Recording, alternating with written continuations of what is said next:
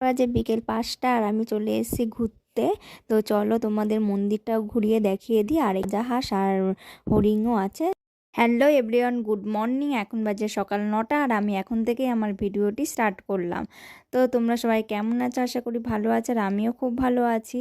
তো দেখতেই পাচ্ছ সকাল সকাল চলে এসেছি কাঁচা ভেজানোর জন্য। কালকে যে চাদরগুলো তোলা হয়েছিল সেগুলো আর কাঁচা হয়নি, আর অনেকটা দেরি হয়ে গেছিলো ঘর গুছাতে গুছাতে। এর জন্য জলটাও যেহেতু চলে গেছিলো, এর জন্য আজকেই ভাবলাম যে কাঁচাগুলো আজকেই কেচে নিই। তো ওখানে আমি জামা কাপড়গুলো ভিজিয়ে চলে এসেছি তোমাদের দাদা ভাইয়ের জামাগুলো ইস্ত্রি করার জন্য। তো অনেক দিন ধরে এইগুলো ইস্ত্রি করব ভাব সময়ের অভাবে আর করা হচ্ছিল না। তো আজকে ভাবলাম যে যখন হচ্ছে তোমাদের দাদা ভাই বাজারে গেছে, তো আমি এগুলো আগে কাজটা কমপ্লিট করে নিই। তো চলো দেখতে থাকো ভিডিওটি। আজকের ভিডিওটি আশা করি তোমাদের ভালো লাগবে। তো আমি একদমই ভালো ইস্ত্রি করতে পারি না, তো যেইটুখানি পারি মোটামুটি। তো ভাবলাম যে করে নিই বাড়িতে, দোকানে কবে দেওয়া হবে না হবে। দেখো বন্ধুরা, তোমাদের সঙ্গে কথা বলতে বলতে আমার এখানে দুটো জামা ইস্ত্রি করা কমপ্লিট হয়েও গেছে। আর এই সাদা জামাটা করলে আমার সঙ্গে কথা বলতে বলতে বন্ধুরা আমার এখানে জামা হচ্ছে গিয়ে ইস্ত্রি করা প্রায় শেষের দিকে। তো আমার এখানে যে জামা ইস্ত্রি করা হয়েও গেছে। আর ওখানে দেখি বরমশাই কি বাজার নিয়ে এসছে, চলো তোমাদের দেখিয়ে দিই। এখানে নিয়ে এসছে হচ্ছে বেতের শাক, বাঁধাকপি আর হচ্ছে বেগুন, টাটকা টাটকা সবজি। যেহেতু এখন শীতকাল আর অনেক রকমের শাক পাওয়া যায়, তাই এখনই শাকটা খাওয়া হয়। আর আমার জানো তো শাক খেতে খুবই ভালো লাগে। আর এইটা হচ্ছে বেতের শাক। আর বেতের শাকে যদি একটু রসুন ফোড়ন দেওয়া হয় তাতে টেস্টটা আরও বেড়ে যায়। আর সকালের খাবারের জন্য নিয়ে এসেছিলো পরোটা। তো চলো খাওয়া দাওয়া শেষে আমি আবারও চলে এসেছি রান্নাঘরে। আর এখানে কেটে নিয়েছি আমি বেগুন, সিম, আলু দিয়ে বেগুন দিয়ে ঝোল করব। আর ওই দিকে হচ্ছে বেতের শাকটা করব।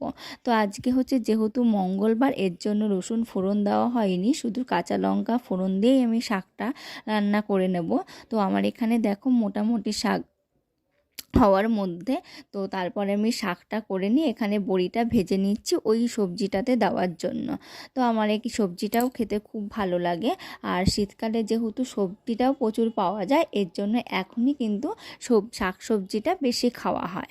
আর এখানে আমার হচ্ছে গিয়ে সবজিতে একটুখানি সামান্য পরিমাণ আদাও দিয়ে দিয়েছি যাতে টেস্টটা ভালো আসে। তো আমার দেখো মোটামুটি এখানে রান্না কমপ্লিট। তারপরে খাওয়া দাওয়ার পরে তোমাদের সঙ্গে আবার কিন্তু খাওয়া দাওয়ার পরে ভিডিওটা কন্টিনিউ করা হয়নি আর ঘুমিয়ে পড়েছিলাম। তারপরে হচ্ছে বড়মশাই বলল যে ঘুরতে বেরোবে, এর জন্য দেখো আমি এখন বাজে বিকেল 5টা আর আমি চলে এসেছি একটা হচ্ছে মন্দিরে। তো এখানে দেখো এটা হচ্ছে গিয়ে বলা হয় জলের মন্দির, বা অনেকে কোলের ডাঙাও বলে। আর এখানে দেখো কত সুন্দর সুন্দর হাঁস আর কত বড় বড় হরিণ। আমি যেহেতু একটুখানি দেরিতে এসেছি, এর জন্য অনেকটাই অন্ধকার হয়ে গেছে। তো তোমাদের যেইটুখানি আমি শেয়ার করতে পারবো অবশ্যই তোমাদের কাছে শেয়ার করব। তো যেহেতু অন্ধকার হয়ে গেছে, তো দেখো অনেকটাই অন্ধকার হয়ে গেছে। আর ওইদিকে পেছনে সে একটা শিব মন্দিরও আছে এর ভেতরে। আর এখানে দেখো সেই জলের মাঝখানে যে মন্দিরটা সেটা। তো এখানে এই যে নৌকাটা দেখতে পাচ্ছ, এটাই করেই হচ্ছে গিয়ে মন্দিরে পুজো দিতে যাওয়া হয়। তো চলো সামনের দিকটা তোমাদেরও দেখিয়ে দিই। আর এই জলের মধ্যে জানো তো অনেক বড় বড় মাছ আছে।